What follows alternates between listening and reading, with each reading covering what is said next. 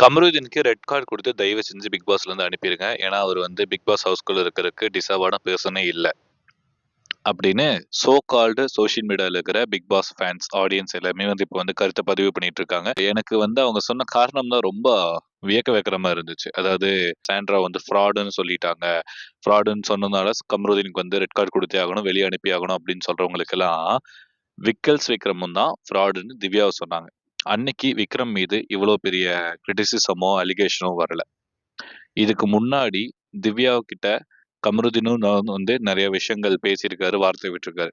அப்ப வரல. ஆனா இன்னைக்கு சாண்ட்ரா சொல்லிட்டாங்கன்னு சொன்ன உடனே அப்படியே புரட்சி பொங்கி வருது.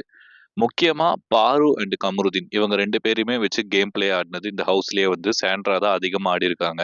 நெறைய ஷோஸ் எல்லாம் வெளிய பார்த்துட்டு இருப்பாங்க போல. பிக் பாஸ் உடைய மலையாளம்லாம். அதனால வந்து ஒரு அழுகுற ஸ்ட்ராட்டஜி, சிம்பத்தி வோட்ஸ் வாங்கியே நம்ம கரை சேர்ந்துர்றோம் அப்படின்னு நெனச்சிருப்பாங்க போல. ஒரு கட்டத்துக்கு மேல அதுவும் வந்து சேச்சுரேட் ஆனனால, பாருடைய கன்டென்ட் எக்ஸ்க்ளூசிவா உங்களுக்கு வந்துச்சு. அதாவது பாருக்கும், கமருதீனுக்கும் நடந்த ஃபைட். அத வந்து யூஸ் பண்ணிக்கிட்ட நம்மளுடைய கேரளா சேச்சி, நல்லாவே உள்ள பூந்து எரியிற தீயில வந்து எண்ணெய ஊத்துனாங்க. எங்க வந்து இவங்க 2 பேரும் திருப்பி சேர்ந்துட்டாங்களோ, இல்ல சேர்ந்துருவாங்களோ அப்படின்னு நெனச்சு, திருப்பி அவங்களுடைய ஸ்ட்ராட்டஜி எல்லாம் யூஸ் பண்ண பார்த்தாங்க. பட் அது அந்த தடைகள்லாம் தாண்டி பாரு, கமருதீன் 2 பேருமே சேர்ந்துட்டாங்க. ஸோ இப்போ வந்து 2 பேர்கிட்டயுமே கேம் ஆடி நம்ம ரெஜிஸ்டர் பண்ணணும்னு நெனைக்கிறாங்க. பட் அங்க தான் வந்து அவங்க ஒரு கண்டஸ்டன்ட்டா வந்து ஃபெயில் ஆயிட்டாங்க. ஏன்னா கமருதீன தேவையில்லாம ட்ரிகர் பண்ணி, கமருதீன தேவையில்லாம கேரக்டர் அசாசியேட் பண்ணி, வெளிய வந்து ப்ரொஜெக்ட் பண்ணிடணும் அப்படிங்கிற அவங்களுடைய சோ கால்டு சீப் ஸ்ட்ராட்டஜி வந்து நேத்து எக்ஸ்போஸ் ஆயிருச்சு.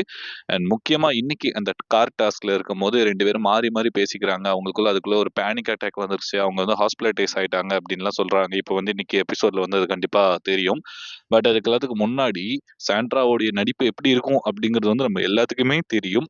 அதாவது ஒரு வாரம் வெறும் அழுகைய மட்டுமே வச்சு ஓட்ஸ வாங்குனது நம்ம சாண்ட்ரா சேச்சியா தான் இருக்கும். ஸோ அப்பேற்பட்ட சேச்சி வந்து இந்த ஸ்ட்ராட்டஜில வந்து லூஸ் பண்ணிட்டாங்க. ஏன்னா கமருதீன முழுக்க முழுக்க ட்ரிகர் பண்ணி, அவர கேரக்டர் அசாசியேட் பண்ணி, அப்படி பண்ணணுங்கிற ஒரு சீப் மென்டாலிட்டில பண்ணது தான். ஸோ கமருதீன் மேல எந்த அளவுக்கு தப்பு இருக்கோ, அதுக்கு டபுள் மடங்கு தப்பு சாண்ட்ரா மீது இருக்கு. ஏன்னா A1 குற்றவாளி, சாண்ட்ரா ஏமி.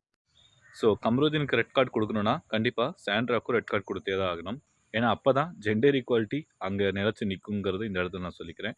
எந்த அளவுக்கு கமருதீன் மீது அலிகேஷன், எந்த அளவுக்கு கமருதீன் மீது தப்பு இருக்கோ, அதே மாதிரி சாண்ட்ரா மீதும் தப்பு இருக்குது. கமருதீன் இன்னைக்கு இந்த அளவுக்கு பேசுறதுக்கு காரணமே சாண்ட்ரா பண்ண அந்த ட்ரிகர் ஸ்ட்ராட்டஜினால தான்.